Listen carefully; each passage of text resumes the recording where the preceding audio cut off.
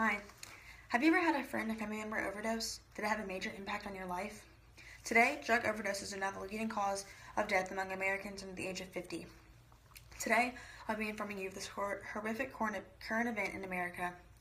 I'll be talking about drug overdose statistics, different kinds of drugs and opioids, and way to prevent these overdose deaths.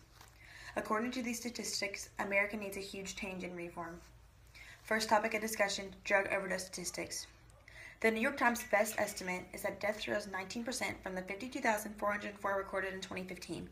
That would make the new number around 62,310.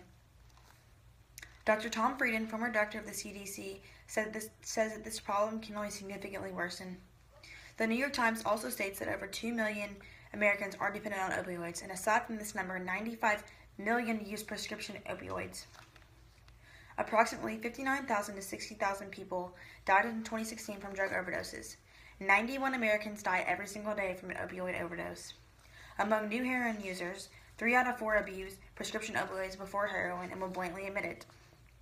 The Center of Disease Control and Prevention and New York Times data together represent states and counties that accounted for over 76% of overdose deaths in 2015.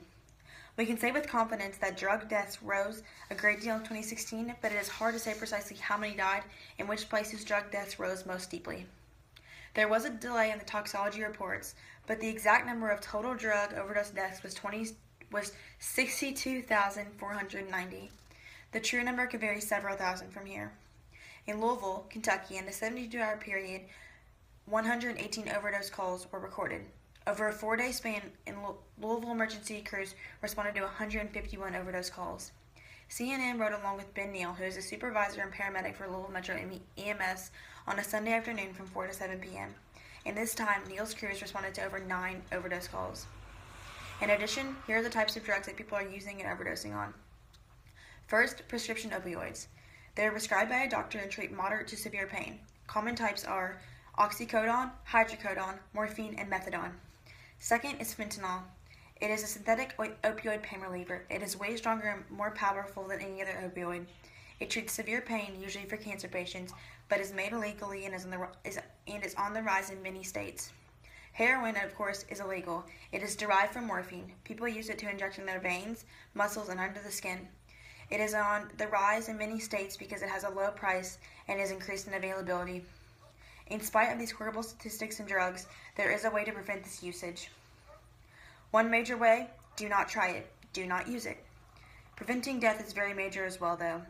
By expanding the access of naloxone, that goes by the brand name of Narcan, could save several lives. It is a drug that can reverse the effect of an opioid if administered in time. It is not addictive, but you must get training to know how to administer it. Preventing drug abuse can start with prescription drug monitoring programs, state drug laws, family and school-based programs, and patients getting the proper education that have prescription opioids. To sum up, do not let these facts slip away. Think and act. Remember in the past couple months and years, the statistics of drug overdose deaths, what people are overdosing on, and how the upcoming deaths can be prevented. Do not be one of the individuals that dies from drug overdose and isn't even 50 years old yet. Get help if you do have an addiction. After having my cousin overdose in November of 2016, it really opened my eyes that these numbers and stats are real. As of this past Friday, another close friend of our family overdosed and died on heroin. Friends and loved ones of many are overdosing and dying every day, and we must make a change. Thank you for taking your time to listen.